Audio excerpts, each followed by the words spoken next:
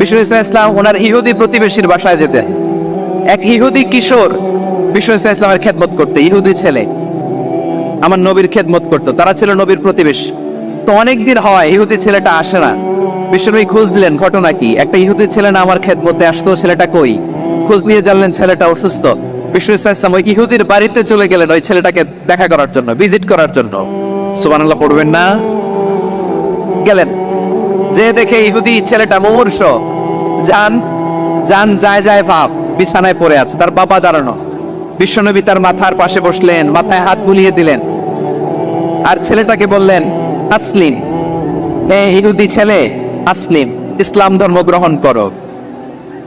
তো ছোট্ট ছেলে ভাবে আমরা ইহুদি, এখন ইসলাম ধর্ম গ্রহণ করলে আব্বা যদি বকা দেয়, ফানাযারা ইলা ওয়াজহি আবি, ছেলেটা তার বাবার চেহারার দিকে তাকালো, দেখি আব্বা কি কয়।